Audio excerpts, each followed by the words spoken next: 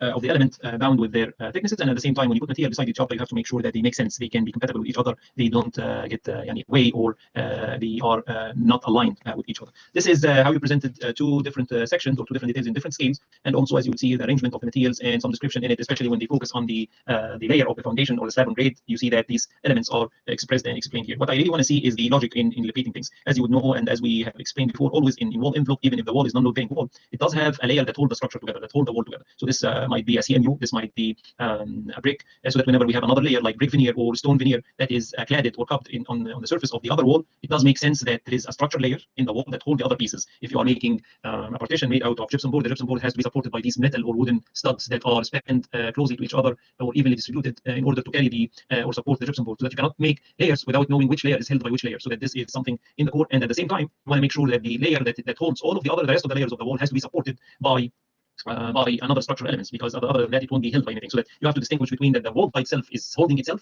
and the wall also is held by another structural member. So that whenever the structural members are there, that means to distinguish the structural member from non-structural member, the structural member hold himself in addition to hold another structure on top of him, or not necessarily on top of him. So such as cables, sometimes they do not hold the structure above them, they hold the structure below them, and by tension they transfer their forces into another member. So that it's connection, it's the connection. It's not whether it's on top or bottom, but you have to make sure about what is the mechanism of holding the structure from one element to the other. If the structure by itself is not holding any element in it, it's going to be non-load bearing. If it's holding some forces on top of it or below it or connected in order to carry some forces, that means it is load bearing. So that the portion of the wall that is structure has to be supported well by other elements. So sometimes the wall is going to be held on a beam, the wall is going to be held completely from, it's continuous from top to bottom, but held by a foundation, solid foundation, so that you cannot, for instance, draw a wall without having a good foundation for it. So such as in this drawing, as we see here, this is a foundation that holds this wall on top of it. So that this is where you apply the understanding of the details, and this is what enrich your details and make them really sound well. This is a typical section in a wall from top to bottom, a wall envelope, and then the details of it is highlighted by these circles, so that you have a parapet, and there is an A reference to it drawing that summarizes this parapet, and you can tell from here that it's formed from two different layers, and in between there is another layer, so that you have a CMU or something that is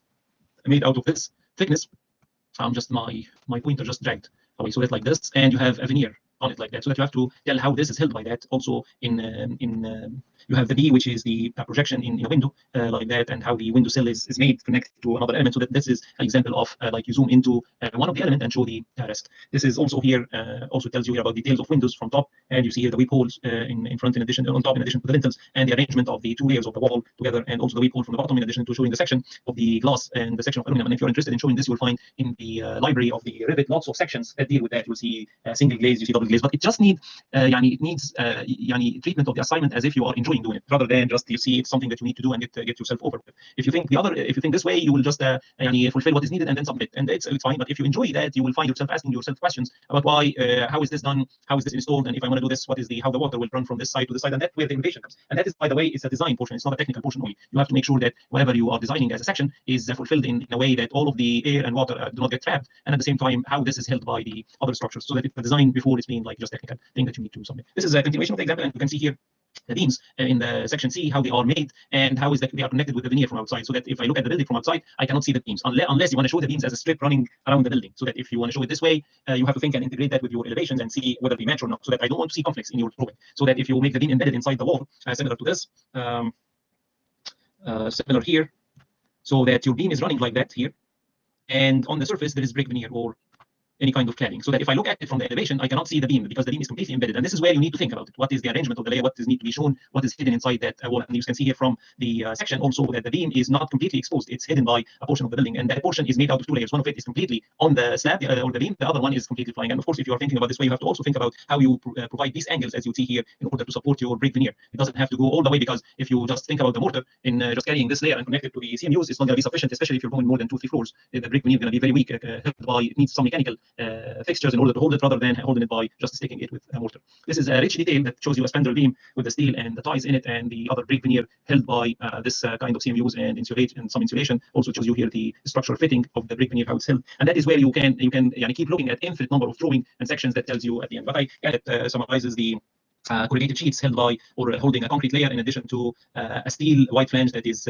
isolated or sprayed with a foam to resist the fire, and so that you see here the details in here, how it's becoming more and more as that. So that this is also another section that shows on the left a concrete beam connected to a slab, and then you have also the steel white flange connected to corrugated sheets. And as you go here, more details and more details you can see from, and then of course, as you would see, also more details you have in writing about the arrangement of orders, the techniques of orders. So that basically I want to see at the end how you make the details, how the elements are connected to each other, whether they make sense or not, and what is the order of these layers along with their thickness and their materials. These are the 5 information I want to see, and that is an example of that I showed you before, an wall envelope that has these details in it. And our assignment is talking about just extract 3 details from the wall. You don't need to make more. If you want to make more, of course, you will get bonus because that shows that you are interested in doing more effort compared to the others.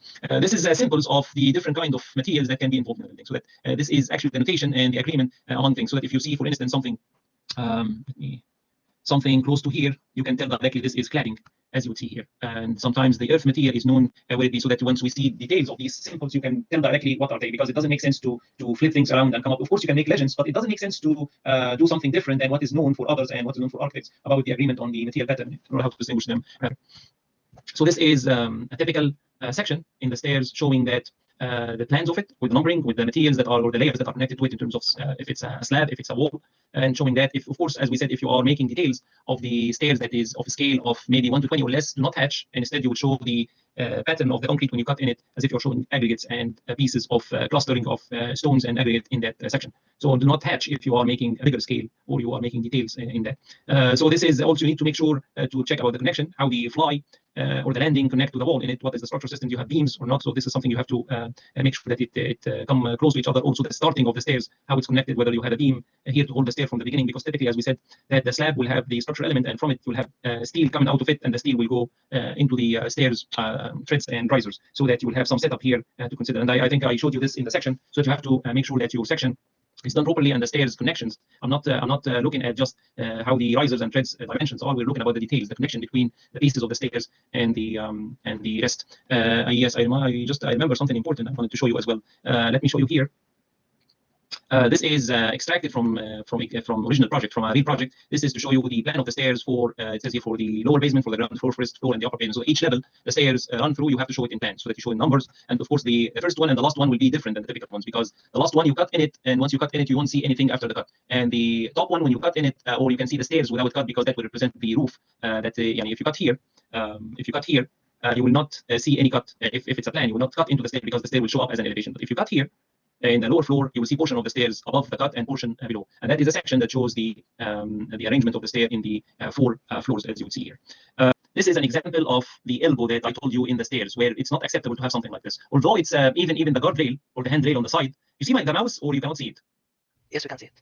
Okay, so that you see there is a leap or jump between the handrail here and the handrail there, and that is because the problem of connecting the pieces of the risers together, that makes conflict here. Although if we get to the other picture, this picture, you see here that the end of this stair, the riser, is not the same as the riser here. You see that one of it is shifted from the other, and that makes the perfect attachment of the handrail and the guardrail. We don't see here a jump on the flat floor between the stairs, and that is because if they were to start the stairs exactly where the riser here stopped and start the riser from the other side, you will see that because you are respecting the riser or the tread and go from it maybe 90 centimeters to draw or to start your handrail or guardrail. So that definitely, if you want to do this at the same point, if the 2 stairs risers are at the same level, one of here you will go 90 centimeters, and from the other side you will go 90 centimeters, and by that you will have a difference of maybe 15 centimeters, because that represent the risers, and that what makes the conflict, what makes the discrepancy in the risers. You want to make sure that always one of the risers, the end riser, is not aligned, is not at the same line of the starting riser after finishing the landing. You want to shift them 30 centimeters from each other, so that one starts or one ends and the other one starts below or after, or behind or before, so that it's not starting immediately from here. That's why you're not making a conflict here. If you were to make it at the same level and respect the guardrail, to make maybe the guardrail is elevated 90 centimeters from both sides, you will run into a conflict of this, because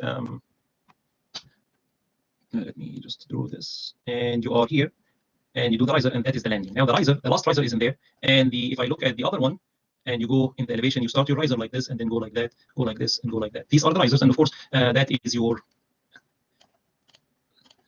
the bottom of the stairs like this, and it goes like that. So this is what you cut in. This is what we cut in as an elevation, or as a section, I mean, and that the orange one is shown as an elevation. If you are having this relation between the risers of the last landing and the initial riser like this, you will run into a conflict of assigning your handrail. Now the handrail, you go here 90 centimeters from this level, you go 90 centimeters like this, and that is your, or whatever number you are having in mind. So this is your starting point in here. If you count 90 centimeters from this level, you will go up there.